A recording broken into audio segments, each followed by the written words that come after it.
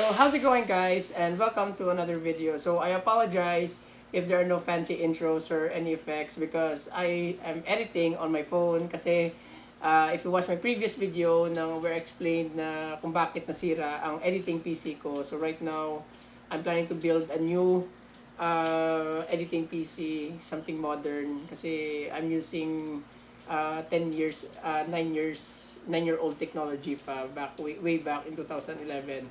So, anywho, in this video, I'm going to teach you and give you some tips on how to upgrade this type of computer. This one. This is what you call a small form factor PC, SFF. So, marami ka itong makita. There are HP, NEC, Samsung, and Acer, Dell. Usually makita mo to sa mga PisoNet na mga ano kasi sobrang mura lang to. I think I bought this for 5,000 pesos. And okay na siya for office and light gaming. So, if may plan ka to do much more heavier gaming and a little bit of editing, so you come to the right place. So, kasi turuan ko kayo. So, buksan natin ang PC, ang CPU I mean. Okay. So, right here you have your power supply and then your graphics card, and then behind this heatsink ng ano is the CPU, and then the DVD drive and the RAM there, and the hard drive. So the first thing na dapat take notice is the power supply kasi this power supply is only around 200 watts. So you have to take note sa wattage ng power supply nyo kasi your decisions in upgrade and mga possibilities na anong mga gusto nyo idagdag will be dictated by the power supply. So, we cannot get a GTX 1080 or mga mataas na graphics card and put it in here kasi nang limited tayo sa power supply. And ang sobrang hirap maghanap ng power supply nito kasi specialized mga ganitong power supply eh. So, once you figure it out, if you find out na somewhere 200 or 240 watt ang power supply, kasi usually, hindi naman malakas mga power supply sa mga ganitong PC. And then, ang second naman is ang CPU. So, you have to find out anong socket mo. Kasi minsan, mga ganitong unit, they come in i3, i5, i7, and they are socket 1155, I think. Hindi lang ko sure. Basta different socket. Basta ito ng LGA 775, which you can put core to duo, o core to quad, core to extreme. So, you can put core to duo na quad core dito, which is clock around 2.6 or 3 GHz. Don't go lang sa mga core to extreme na 3.2 GHz kasi hindi compatible yan. Hanggang core to quad lang siya. I think the highest clock speed na core to quad mahanap nyo. Somewhere around 3 GHz. And also, you can put ang graphics card. Masyado naman kalimited. Ang graphics card, if you're planning to upgrade, kasi it comes with a GT 120. So, sobrang hina to. Kaya niya lang LOL. I think kaya niya mga somewhere around 60 to 120 frames sa LOL, and then sa Crossfire. So, ang Crossfire hindi naman heavy na game. So, kaya niya mga sobrang 140 FPS. And then sa ROS, I think somewhere around 24 to 35 FPS sa ROS.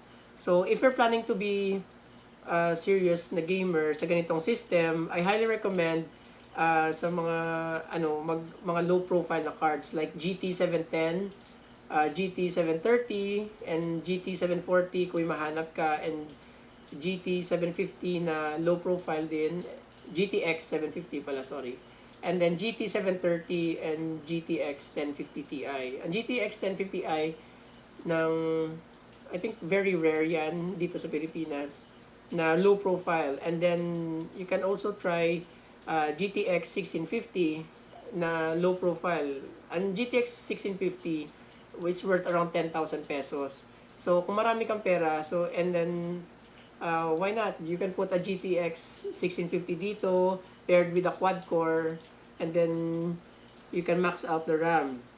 So, speaking of RAM, It has 4 slots. So you can put DDR3 ang RAM. It has 4 slots, so you can put as much as 64 gig, max na 64 gig. So you can put like 8 gig, 4 ka 8 gig or 4 ka 4 gig. So depende sa iyo. You can max out the RAM kasi sobrang cheap naman ngayon ng DDR3 na RAM nang depende sa supplier niyo. Um, so yeah, you can put an SSD dito. The hard drive is located under here, the CD-ROM. I don't know if you can see it. Nandyan ang hard drive. So usually this comes with a 500 gig or 160 gig.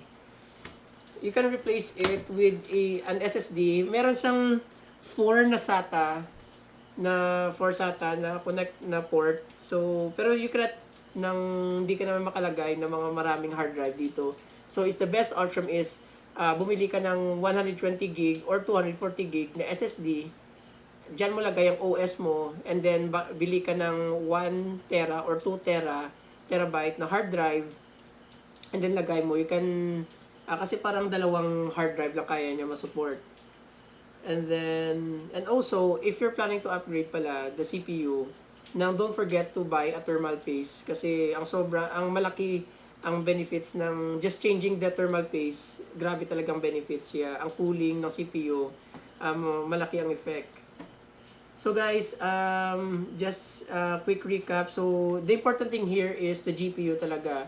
So if you can get your hands on a GT 1030, I mostly recommend GT 1030 kasi ang sobra yung ng available sa market dito sa amin sa Visayas. I don't know why bakit abundant ang GT 1030.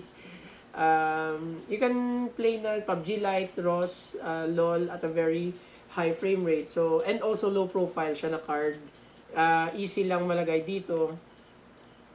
And I think that's about it. If kung marami kang pera and gusto mo mag-experiment, you can put a GT 1650 dito, which is cost around 10,000, and a Core 2 quad na 3 GHz which cost around 2,700 pesos sa Lazada.